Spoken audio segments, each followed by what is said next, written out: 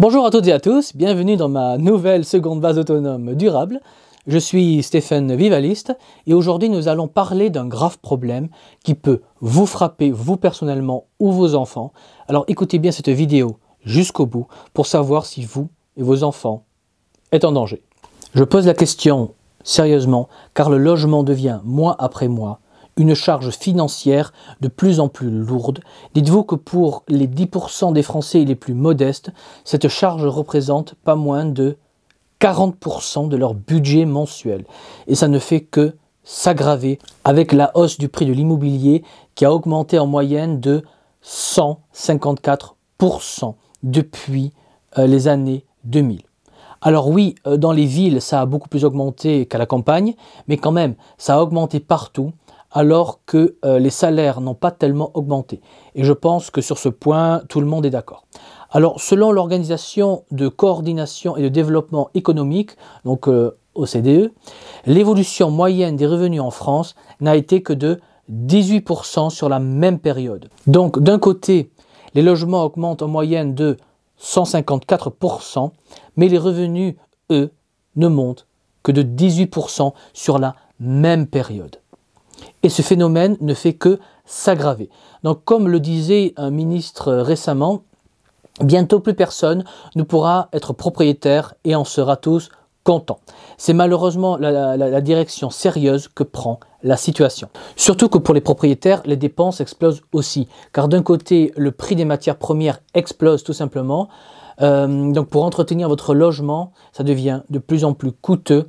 Et ça atteint des sommes complètement folles et délirantes. Et d'autre part, l'État met davantage de pression en obligeant les propriétaires à faire de plus en plus de travaux pour mettre les logements aux normes. Le gouvernement cherche maintenant à emmerder les gens en France, pour citer le président. Et ces normes deviennent chaque année de pire en pire et de plus en plus coûteux. Et les propriétaires en France ont de plus en plus de mal à tout pouvoir payer et financer. Et dans les mois qui viennent, avec la hausse du chômage qui continue d'exploser au moment où vous regardez cette vidéo, de plus en plus de ménages, de familles vont faire faillite et devront vendre leur maison pour louer ou acheter plus petit. Et ça va créer des tragédies humaines et des souffrances immenses. Et ça les crée déjà. On en est déjà là. On est dans cette situation. Ça se passe aujourd'hui. Ce n'est pas un risque, ce que je décris. Ça se passe en ce moment. Et vous qui m'écoutez, vous n'êtes pas du tout épargné. Donc même si vous êtes propriétaire de votre maison, rien ne vous garantit de pouvoir garder votre maison. Et d'autre part, rien ne vous dit que les jeunes, que vos enfants, pourront se trouver un logement décent. Et on en est vraiment là. Surtout si vous habitez comme 10% de la population française à Paris.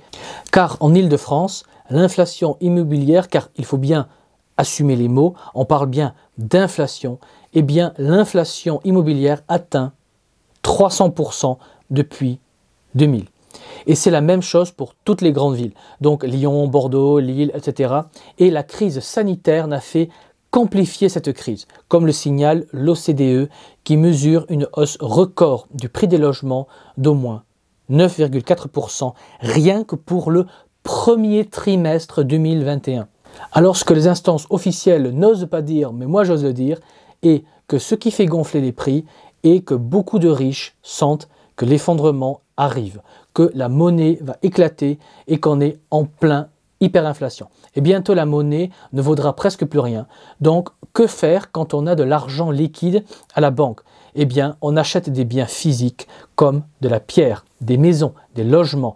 Et le but est de sauver leur argent. Mais ces riches ne vont pas louer ou vendre ces maisons qu'ils achètent pour sauver leur fortune. C'est juste un placement. Donc tous ces logements ne seront plus disponibles sur le marché de l'immobilier en crise. Donc ce phénomène aggrave la crise du logement, car chaque année, on est de plus en plus nombreux en France et le nombre de logements disponibles diminue. Surtout maintenant que le nombre de logements sont achetés pour sauver des fortunes de riches. Donc plus le temps va passer et plus les logements seront chers et moins on pourra se loger facilement en France. Alors à quoi peut-on voir que j'ai raison? Eh bien tout simplement à l'explosion du sans-abritisme. Et oui, c'est un mot horrible, c'est un mot officiel, et ce phénomène de sans-abritisme touche de plus en plus de personnes, et peut-être que votre tour va arriver bien plus vite que vous ne le pensez.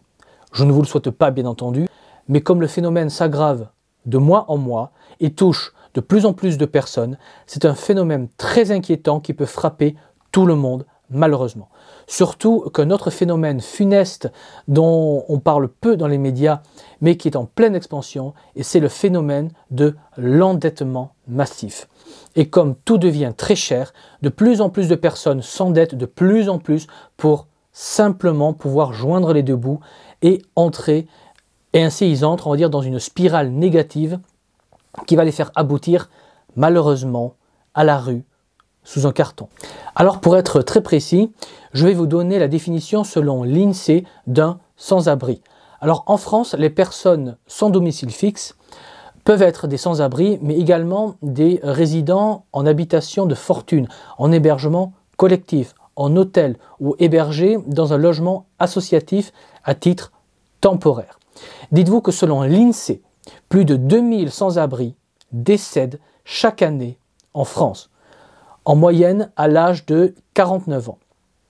Dites-vous aussi qu'il y a à peine 10 ans, ce n'était pas 2000 personnes qui mouraient par an dans les rues, mais quelques centaines. Donc l'INSEE reconnaît officiellement que le nombre de morts dans les rues par an augmente en France et ne va faire qu'augmenter avec les mois qui viennent. Car tout simplement, de plus en plus de personnes vont finir malheureusement à la rue, faute d'argent ou simplement par faute de logement disponible.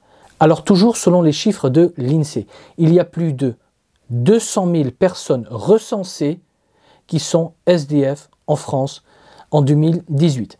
Donc il y a 4 ans. Et dites-vous que toujours selon l'INSEE, en 2012, c'est-à-dire il y a 10 ans, il n'y avait que 133 000 SDF recensés en France, soit presque un doublement en 6 ans. Donc entre 2012 et 2018, et malheureusement les chiffres de 2019 à 2022 ne sont pas encore assumés par l'INSEE. Mais quand les chiffres pour 2022 vont tomber, on peut être sûr que ce sera largement supérieur à 200 000. Et il n'est pas impossible qu'on ait encore un doublement du chiffre en 6 ans. Mais je n'en sais rien, on doit attendre la publication officielle des chiffres officiels de l'INSEE. Mais avec les chiffres dont on dispose aujourd'hui, de manière très officielle, on peut très clairement dégager une tendance qui n'est pas du tout en faveur du peuple, disons-le. En tout cas, on parle de quantité de personnes et de souffrance humaine. Plus de 200 000 personnes, c'est énorme. Et ça va continuer à grimper. C'est absolument ignoble. Je crois que c'est l'abbé Pierre qui disait que la misère était la pire forme de violence qui existe au monde. Et ce qui rend la situation encore plus tragique est que l'INSEE lui-même assume que les chiffres officiels sont très sûrement assez sous-évalués du fait qu'il n'est tout simplement pas facile de tout chiffrer et évaluer correctement. Car quand on sort du système, eh bien on est rapidement plus du tout sur le radar de l'État ou des associations caritatives. Alors à ces horribles chiffres qui minent le moral, il faut ajouter qu'en France, 3,6 millions de personnes sont soit privées de domicile, soit vivent dans des conditions très difficiles. Donc on parle de privation de confort, d'eau chaude, de chauffage, et nombre de jeunes sans argent tombent dans cette catégorie et n'osent pas le dire à leur famille, de peur de leur faire du mal, de faire du mal à leur maman ou à leur papa, ou n'osent tout simplement pas dire qu'ils ont faim. Et on les comprend.